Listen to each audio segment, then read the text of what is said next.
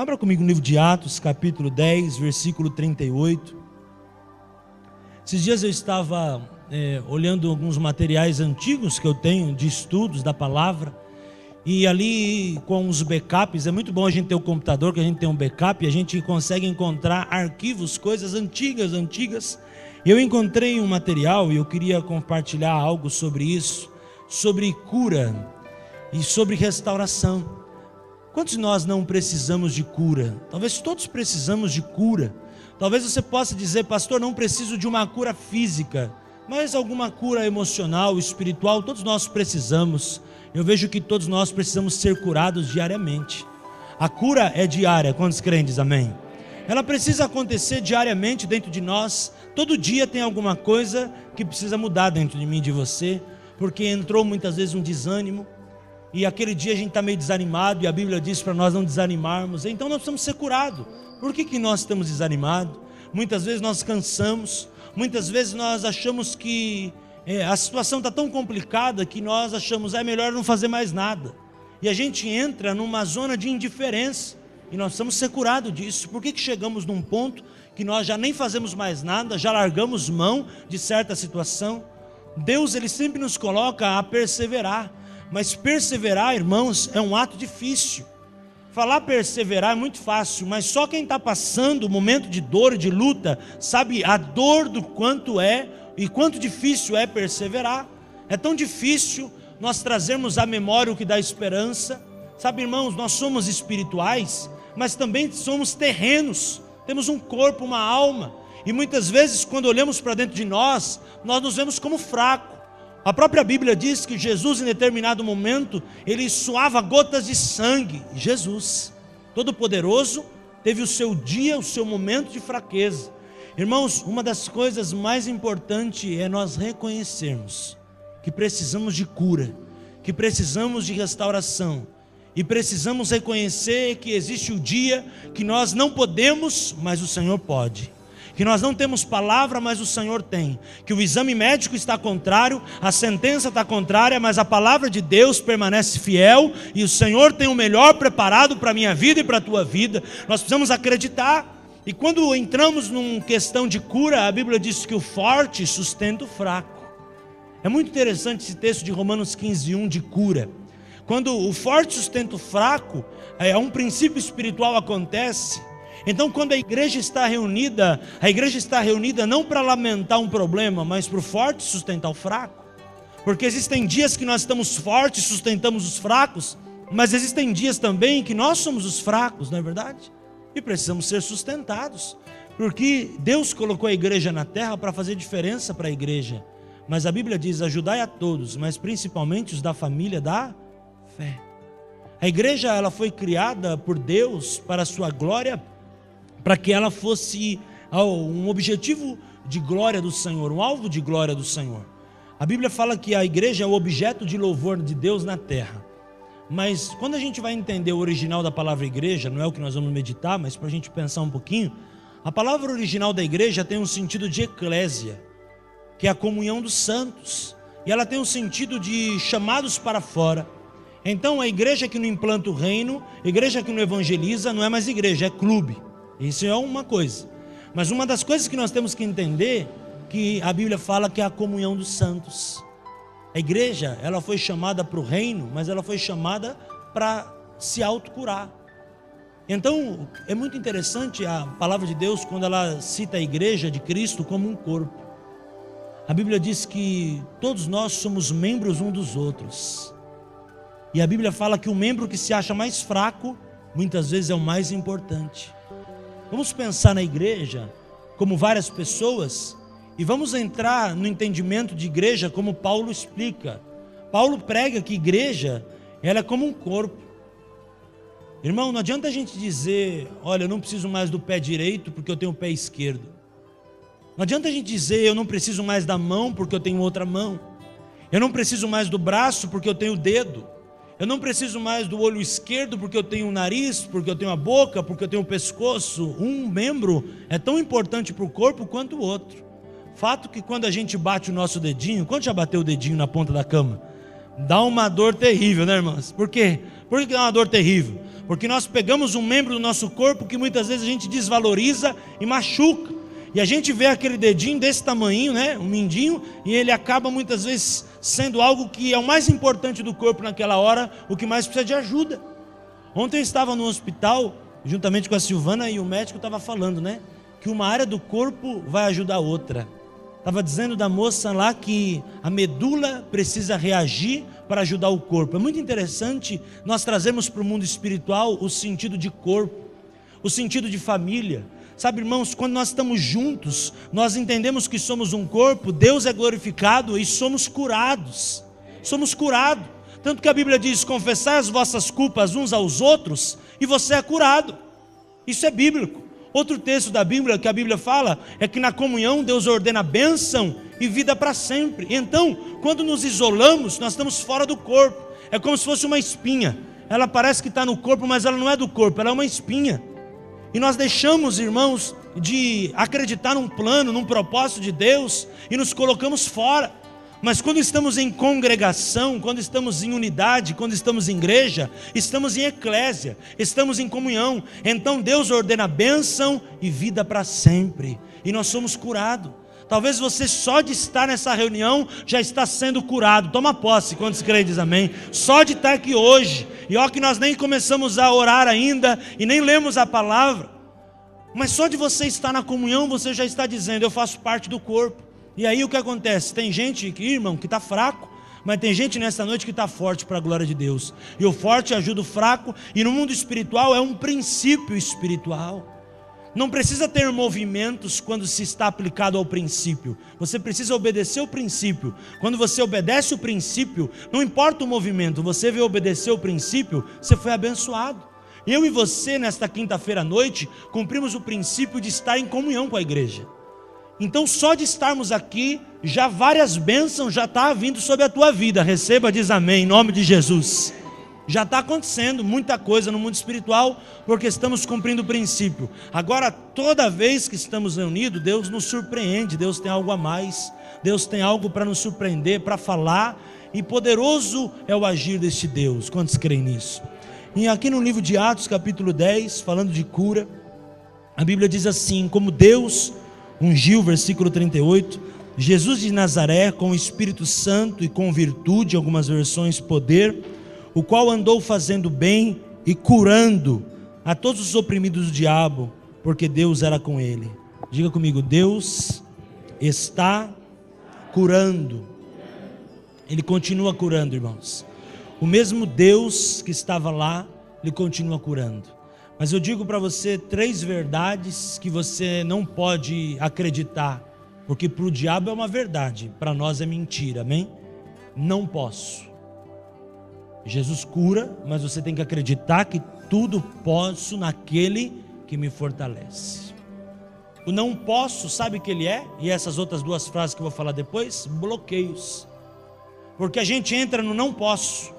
Não posso. Não posso, ele nos condiciona. Sabe, irmãos, nós somos condicionados e limitados, mas o nosso Deus é sem limite. Ah, pastor, mas o meu caso é complicado, meu casamento está nesse pé, minha saúde está nessa altura, meu problema está nesse estado, mas Deus não está acima de tudo isso. Ele não é um médico dos médicos, o Senhor dos senhores, que opera, que cura, que livra, que transforma, que batiza. Ele não é um Deus de restauração. Então, quando nós cremos na palavra, nós não podemos dizer não posso, porque eu posso todas as coisas naquele que me fortalece. Em Cristo Jesus eu posso. Eu não posso porque o Paulo pode, mas em Cristo o Paulo pode, porque convém que o Paulo diminua e o Senhor cresça. Então em Cristo eu posso. Então diga aí no teu lugar: eu posso, porque o Senhor diz que eu posso. Amém? Eu não posso porque eu nasci naquele lar, ou eu não posso porque eu nasci naquele lar. O nascer naquele lar não importa, para Deus aquele lar foi somente instrumento de Deus para te gerar. Hoje você é filho da luz, você é escolhido do Senhor. Não importa a tua família, não importa o teu estado, o Senhor Jesus comprou você por um alto e precioso sangue na cruz do Calvário e te resgatou, te redimiu. Isso é fato. Então quando não posso entra dentro de nós, é um bloqueio espiritual. Não, eu não posso. essa situação não é para mim, eu não tenho o poder para convencer, eu não tenho o poder para conquistar. Não mesmo, irmão, mas Jesus tem. E aí, nós vamos ficar no nosso poder, na nossa autoridade, ou na autoridade do nome de Jesus? Sabe, Jesus tem um plano para trabalhar com cada um de nós, e uma forma de alcançar cada um de nós. E talvez a luta que estamos passando hoje, agora, nesse momento, essa tribulação atual, ela seja a porta para a bênção entrar na nossa vida. Você crê também assim? Muitas vezes, para a gente entrar no amanhã, a gente vai precisar passar por hoje. E o amanhã é o dia de bênção. O choro pode durar uma noite, mas a alegria vem pelo amanhecer. Mas para a alegria vir, talvez a gente precise em algum momento passar pelo dia do choro. O dia do choro não é um dia da angústia, não é o dia da maldição, não é nada disso. É o dia mau, é o dia da adversidade, para poder crescer, para o Senhor nos preparar para o dia de amanhã. Sabe, ninguém nasce e chega no topo do nada. Muitas vezes espiritualmente Deus quer fazer alguma coisa, mas nós precisamos reconhecer que Ele pode. Então nós vamos dizer, eu posso, porque o Senhor me fortalece, porque tudo é possível aquele que crê. Então eu vou entrar no novo de Deus, e amanhã Deus vai me dar uma vitória. Hoje eu estou passando por isso aqui, talvez você diz, pastor, eu estou passando por essa realidade aqui, olha, este exame, essa situação está nessa altura, mas eu digo para você, amanhã Deus tem uma resposta. Amanhã Deus vai transformar o teu choro em alegria, tua maldição em bênção. Deus vai mudar o teu quadro, eu profetizo em nome de Jesus. Mas não deixa, eu não posso entrar. Saia nesta noite dizendo, eu posso, porque Jesus diz que eu posso. Eu posso, porque a palavra diz que eu posso. É uma garantia espiritual. Outro bloqueio que nós temos é, eu não sei lidar com isso. Quando a gente diz, eu não sei lidar com isso. Eu e você não, mas Deus sabe. Deus sabe lidar com essa situação que você está passando. Convide Jesus para estar no teu coração e passar com você essa tempestade. Com certeza as coisas vão mudar. Porque muitas vezes a gente diz, eu não sei lidar com isso, então eu já me vejo como um derrotado, porque eu não sei lidar. Você não sabe, mas Deus tudo sabe. E Ele tem o melhor para a tua vida. E Ele sabe lidar com tudo isso, e Ele tem os seus modos de agir. Pastor, eu quero entender o modo de agir de Deus. Não, não dá. Isso é uma coisa que não tem como entender como Deus age. A Bíblia diz, quem já pois conheceu a mente do vosso Deus? Você pode ser o cientista que for, o inteligente que for, o intelectual que for, o PhD que for, o MBA que for, você não vai compreender nunca a mente deste Deus poderoso que tem o seu modo de agir. Quantos crentes, amém? Não tem como. Tem como a gente explicar um milagre? Milagre não se explica, milagre se vive. A gente poderia pegar um cientista, um teólogo, qualquer um inteligente desta terra, um médico, um PhD, um MBA, em tanta coisa, e dizer para ele, explica para mim o milagre da mudança da água em vinho. E chega para o outro e diz, me explica um pouco sobre o milagre do tanque de Betesda. E chega para o outro e diz, me explica o milagre da mulher que tocou nas vestes de Jesus e foi curada. Me explica com a tua ciência, com tudo que você estudou a vida toda, esse milagre. Sabe o que ele vai dizer? Não sei lidar com isso. Porque ele não sabe lidar com o milagre. Eu, você também não. Mas eu digo para você, Jesus Cristo é especialista em milagre. O segredo é a gente dizer, Senhor, eu rasgo o meu coração na tua presença, jogo fora tudo aquilo, as minhas teologias, meus pensamentos, meus dogmas, meus costumes, porque a Bíblia diz que tradição e costume invalida a palavra de Deus. Eu entrego no teu altar para que o Senhor seja Deus nessa situação e me abençoe em nome de Jesus. Terceiro ponto, já vou terminar. Não quero. Muitas vezes nós estamos tão bloqueados que nós dizemos, eu não quero. Eu não quero. Mas você vai ter que passar por isso para ser abençoado amanhã, mas eu não quero. E muitas vezes o não quero, ele é um bloqueio, porque nós temos que querer, nós temos que acionar o livre-arbítrio e dizer, Senhor, se o Senhor permitiu que eu estivesse passando por tudo isso, venha o teu reino, seja feita a tua vontade. Se o Senhor permitiu eu estar passando por esse vale, amém, glória a Deus, porque eu sei que amanhã eu vou estar na montanha. Deus é um Deus de vale e de montanha, você quer assim também? Então se o Senhor permitiu hoje a gente estar passando por isso, calma, Deus tem um propósito, Deus tem um plano, Deus quer nos ensinar, e Deus quer nos fazer, irmãos, entrar no novo de Deus. E muitas vezes, irmãos, eu digo para você que é um pouco mais mental, que está muitas vezes querendo raciocinar e querendo ter lógica em um problema, porque o milagre não tem lógica. Enquanto você procurar lógica para resolver teu problema, você não vive um milagre, isso é fato. Mas eu digo para você, irmãos, vamos pensar aquela mulher que tinha um vidro de perfume caríssimo, e ela quebra diante de Jesus um vidro de perfume caríssimo, e pega e vai enxugar os pés de Jesus com seus cabelos, e adora a Deus, e honra a Deus, e quebra ali aquele vaso, aquela bênção, e Deus começa a honrar. Dá para explicar? Dá para entender? O que ela fez naquele momento? Ela deu o que ela tinha de melhor. Então, se nós fôssemos pensar, precisa disso para adorar a Deus? Talvez para nós não, mas para ela era o mais importante, e Deus honrou a fé dela. Tanto que naquele momento, a Bíblia diz que aquela mulher maravilhou Jesus. E eu te faço uma pergunta, você já maravilhou Jesus? Você já deixou o céu, como eu disse esses domingos atrás, espantado pela tua atitude? Será que nesta noite lá no céu, por causa deste culto que você está prestando a Deus, nesta quinta-feira, os anjos devem estar conversando, dizendo, olha, o culto que aquele irmão está entregando para nós, para o Senhor, é de louvor, é algo tremendo, ele maravilhou Jesus. Será que nós estamos gerando no céu um abalo, ou será que o nosso culto é mais um culto de tantos cultos que existem na face da terra para a glória de Deus?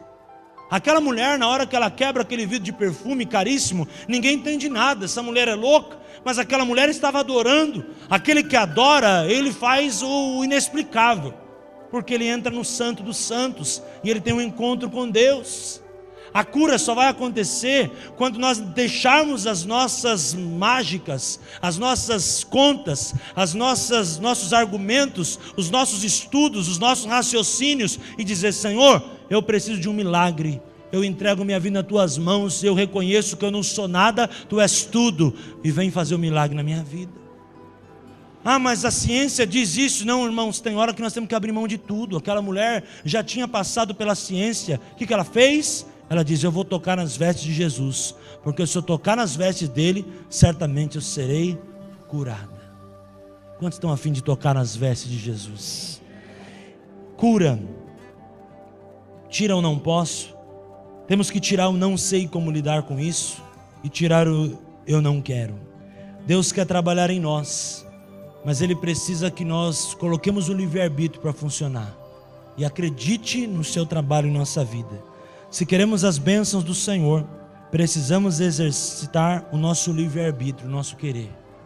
Se nós colocarmos o nosso livre-arbítrio, as bênçãos virão. Se nós colocarmos a nossa mente para funcionar, as bênçãos virão.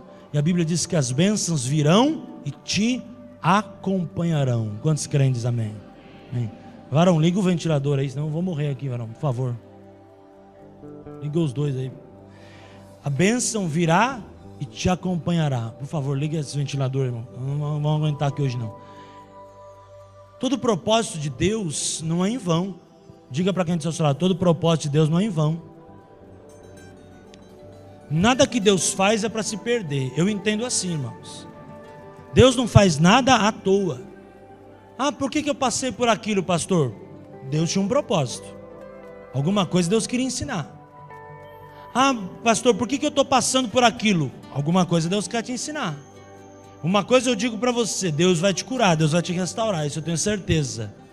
Mas você tem que permitir o Senhor agir e quebrar a tua lógica, quebrar teu raciocínio, quebrar a tua ciência, quebrar a tua teologia e deixar Ele ser Deus, porque agindo Deus, quem impedirá? Quantos creem, diz amém? Vamos orar por um momento? Vamos orar, eu sinto de orarmos. Senhor, nessa hora nós entramos no teu altar. Nós estamos aqui trabalhando numa área espiritual muito grande, Senhor. Uma batalha espiritual. E eu sei que nesta noite Tu tens coisas grandes para nós, mas este assunto trata-se de uma batalha espiritual. Cura, Pai, cura é confronto com o reino das trevas. Cura é um assunto que ele mexe conosco, Senhor. Cura é um assunto de batalha, Senhor. É um assunto tão complicado de se tratar. Senhor, parece tão fácil, mas nós estamos aqui te pedindo, Deus, algo sobrenatural. Nós queremos entrar no sobrenatural do Senhor, e para isso nós temos que romper com o natural. Nós queremos entrar no novo, mas para isso nós temos que romper com o velho. Nós queremos entrar, Senhor, naquilo que o Senhor tem para nós. Nós queremos romper, Senhor, quanto às coisas antigas. Nós queremos romper, Senhor, quanto aos nossos costumes e tradições que invalidam a Tua palavra. Pai, nós queremos entrar no novo, mas nós queremos romper com o antigo. Pai, nós queremos ver o milagre, mas nós queremos romper com o nosso achismo, com aquilo que ouvimos do médico, com aquilo que lemos na notícia, aquilo que o advogado disse. Nós queremos agora entregar no Teu altar.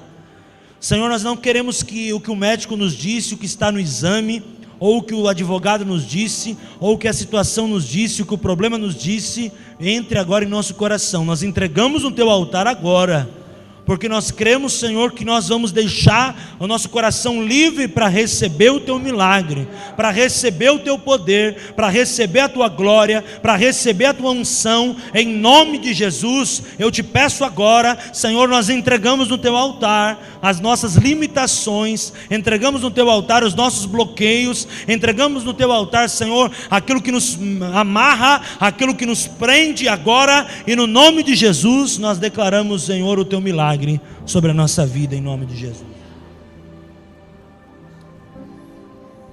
Nós queremos orar. Eu quero convidar a irmã Joelma, vem cá, irmã. Por pessoas que estão enfermos ou têm parentes enfermos. Eu tenho atendido muita gente nesses dias, e o Senhor falou comigo para nós termos um culto especial para orar por cura hoje. E quando eu estava meditando sobre cura, Deus estava me colocando essas frases. E eu fui pegar um estudo muito antigo.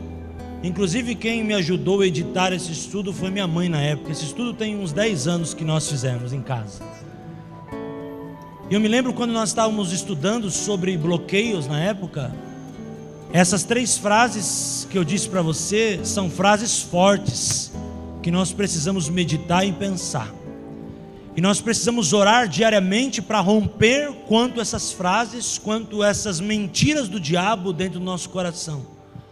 Porque nós muitas vezes somos muito programados, e muitas vezes nós cremos no agir de Deus. Daí quando vem um médico, vem um exame e diz alguma coisa, nós nos apegamos. Por que nos apegamos? Porque aquilo é algo físico.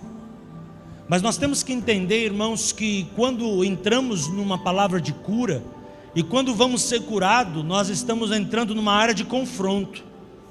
Porque a realidade é a doença, e nós vamos orar para que venha a saúde.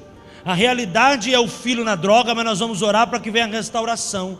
A realidade é aquele problema social, mas nós vamos orar para que venha a libertação. A realidade, ela não pode romper e nos atrofiar a espiritualidade. E quantos me entendem, diz amém. Então você entende também que é um assunto de batalha espiritual? Você entende quando a Bíblia diz que desde os tempos de João Batista o reino de Deus é tomado à força, e os que se esforçam se apoderam dele? Você entende quando a gente vai orar por cura, a batalha espiritual é muito maior do que orar por qualquer outra área? Porque nós estamos numa área de confronto, numa área de guerra. Mas eu digo para você, Jesus Cristo está aqui neste lugar. Ele é o mesmo ontem, mesmo hoje, eternamente Ele é Senhor. E Ele vai agir de uma forma poderosa e de uma forma milagrosa nesta noite, na tua vida e no teu coração, e vai fazer milagres em nome de Jesus.